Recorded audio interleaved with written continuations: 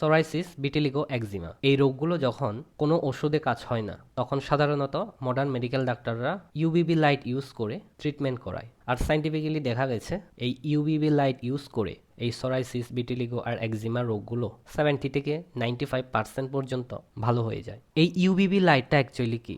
এটা actually ultraviolet রের একটা টাইপ। 3 ধরনের আলট্রাভায়োলেট রে থাকে, ইউবিএ, ইউবিবি, ইউবিসি। এগুলোর মধ্যে আমাদের কাজে আসে ইউবিবি লাইটটা।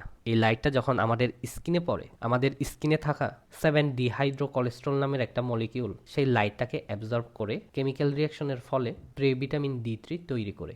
আর সেটা আমাদের শরীর আর রক্তের গরমের সাথে মিশে ভিটামিন D3 তৈরি হয়। আর সেটা রক্তের মাধ্যমে আমাদের লিভারে পৌঁছে কেমিক্যাল রিয়াকশনের দ্বারা 25OH ভিটামিন D3 তৈরি করে। আর সেটা আমাদের কিডনিতে গিয়ে 1,2,5 ডাইহাইড্রোক্সি ভিটামিন D3 তৈরি করে, যেটাই actually active form of vitamin D3 বলা হয়। আমাদের শরীরে কাজে লাগে ক্যালসিয়াম ও ফসফরাসকে রেগুলেট করার জন্য। এই যে আমরা বলি না সূর্যের আলো থেকে আমরা ভিটামিন D3 পাই, অ্যাকচুয়ালি সূর্যের আলোর মধ্যে অনেকগুলো রে থাকে। সেগুলোর মধ্যে শুধুমাত্র ইউভিবি লাইটটাই আমাদের স্কিনে যখন পড়ে তখন গিয়ে নানা রকম কেমিক্যাল রিয়াকশনের মাধ্যমে ভিটামিন D3 তৈরি হয়। আর এই ইউভিবি লাইটটা সকাল 6টা থেকে 7টার মধ্যে একদম থাকে না বললেই চলে। সেটা আস্তে আস্তে সূর্য ওঠার সাথে সাথে বাড়তে থাকে। আর সকাল 10টা থেকে দুপুর 3টার ভেতরে সবচাইতে বেশি পাওয়া যায়। তাই বলা হয় সকাল 10টা থেকে দুপুর 3টার মধ্যে সূর্যের আলোর মাধ্যমে এই ইউভিবি লাইটটাকে নিতে। কিন্তু আরেকটা সমস্যা আছে, এই ইউভিবি লাইট নেওয়ার সময় সূর্যের আলোর সাথে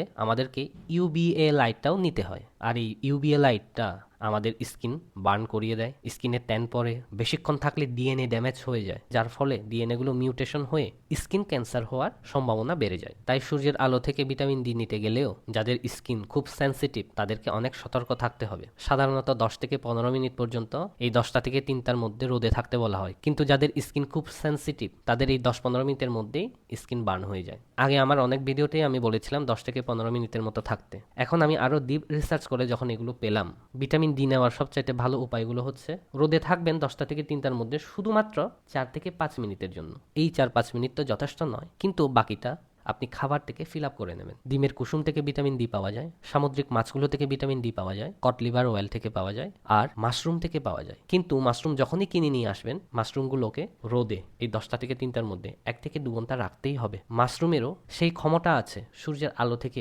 ভিটামিন ডি তৈরি করার। তারপর পরে যখন আপনি সেই মাশরুমগুলোকে রান্না করে খাবেন তখন ভিটামিন ডিটা পেয়ে যাবেন। আর যাদের স্কিন খুব সেন্সিটিভ 4-5 মিনিটও যদি সূর্যের আলোতে থাকতে পারে না, আর যাদের প্রতিদিন সূর্যের আলোতে 10টা থেকে 3টার মধ্যে যাওয়া সম্ভব নয়, তাদের ক্ষেত্রে ভিটামিন ডি ক্যাপসুলের সাপ্লিমেন্ট নিতে হবে। কোনো ডাক্তারের কাছে না গিয়ে কিভাবে আপনি বুঝে যাবেন আপনার ভিটামিন ডি সাপ্লিমেন্টটা কত পাওয়ারের, কতদিন অন্তর অন্তর, কতদিন ধরে নিতে হবে? এই নিয়ে আমি ডিটেলস একটা ভিডিও অলরেডি বানিয়ে দিয়েছি। অলরেডি আমার ফেসবুক, ইউটিউব, ইনস্টাগ্রাম আর টিকটকে আপলোড দেওয়া আছে।